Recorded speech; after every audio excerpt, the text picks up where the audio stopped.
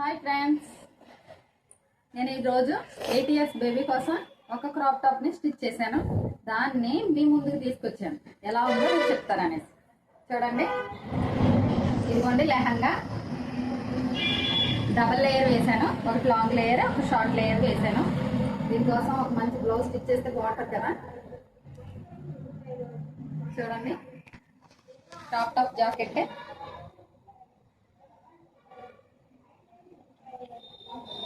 Rose flower పెట్టాను. తర్వాత ruffle hands పెట్టాను. ఇదిగోండి డ్రెస్ని